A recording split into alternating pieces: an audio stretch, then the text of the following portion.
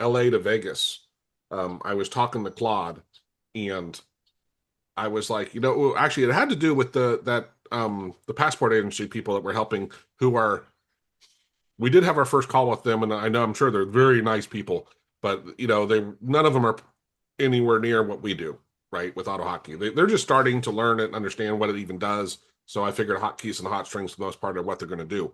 But I was like, hey, I have 50 or so skills in AutoHotkey, and AI is great at developing AutoHotkey code.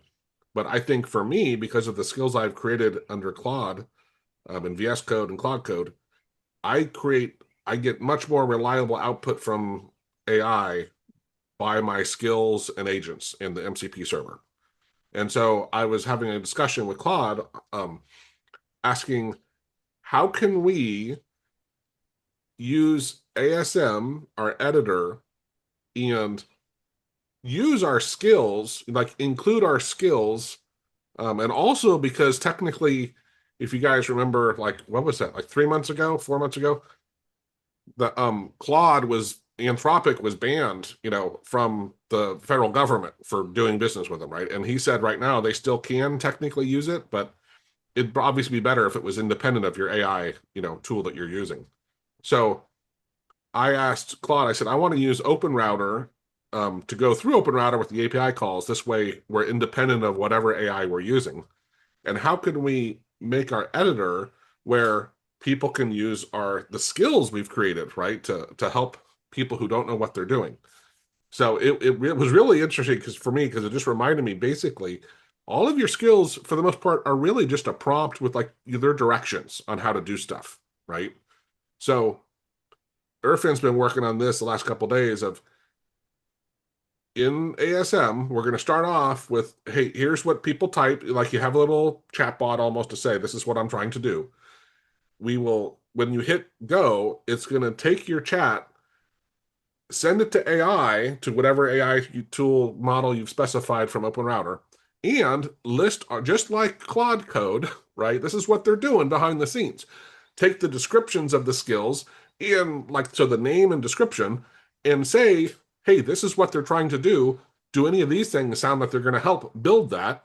If yes, then we go back and grab the actual skill and push it back into the chat with their initial prompt, and then feed it to AI, whatever AI model they're using, and ask it to go create the AutoHotkey script, right? And the whole point also is, even, we all know this, like in my settings and stuff, I have other things about, I work in AutoHotkey, I work in V2. We'll have to say for them, V1, we have certain preferences, we want to do certain things, always use, certain approaches.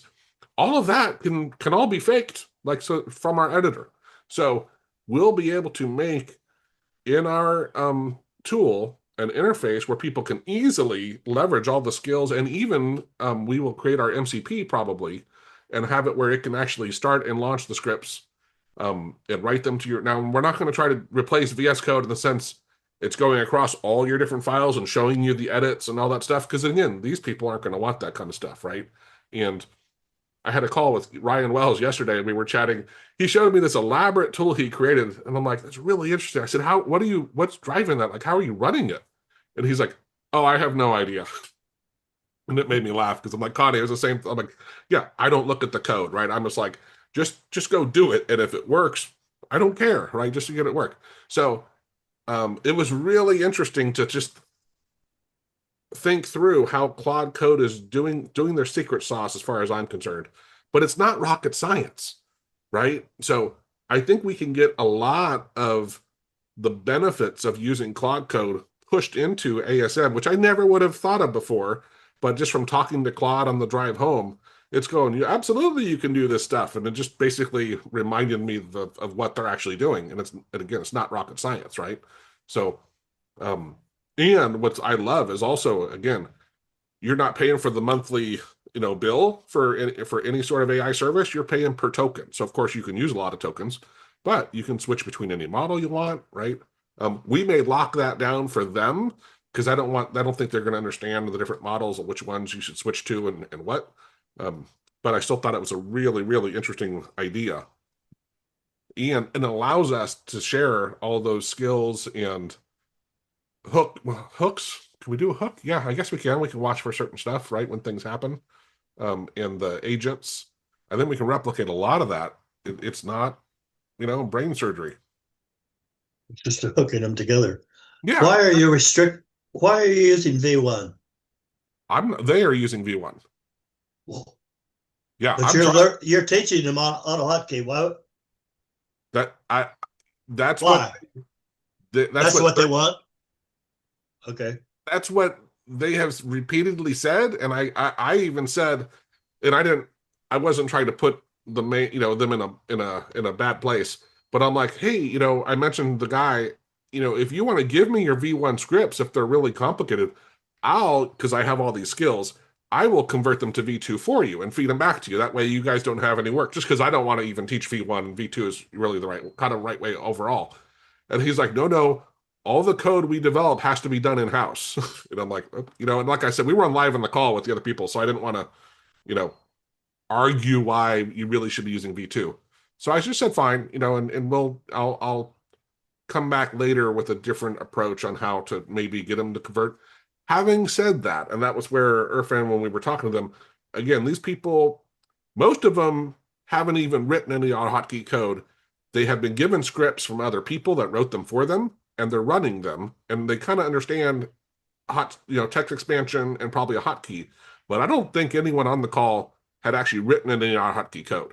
So if you guys recall, for the very, very, very entry level people, V1 does have some benefits in the sense of it's a little simpler in some things, right? So you can have for a hotkey, you don't have to have the braces, after what you're doing necessarily for simple stuff, right? There's not a lot of benefits, but it's more forgiving. It doesn't report, which we all know because we do this a lot. That's actually a bad thing, right? But if you don't define a variable first and then you try to use it, V1 lets you do that. V2, it doesn't, right? But when you're totally new, that's annoying, and it can be a big turnoff. But having said that, I'd still absolutely push for V2. Absolutely. But if all they're using is hotkeys and hot strings, Exactly, Connie. it's not a problem. Yeah. But they're going to want a GUI. Right. Yeah, They're going to totally. want a GUI. Yeah, and when you switch to GUI, I can't even look at the V1 GUI code. Like it makes my eyes cross. Yeah, So so you'll have to write it in V2 and then convert it to V1, yeah, which I don't know we've ever tried. no, but it's funny. We might actually have a reverse, a downgrade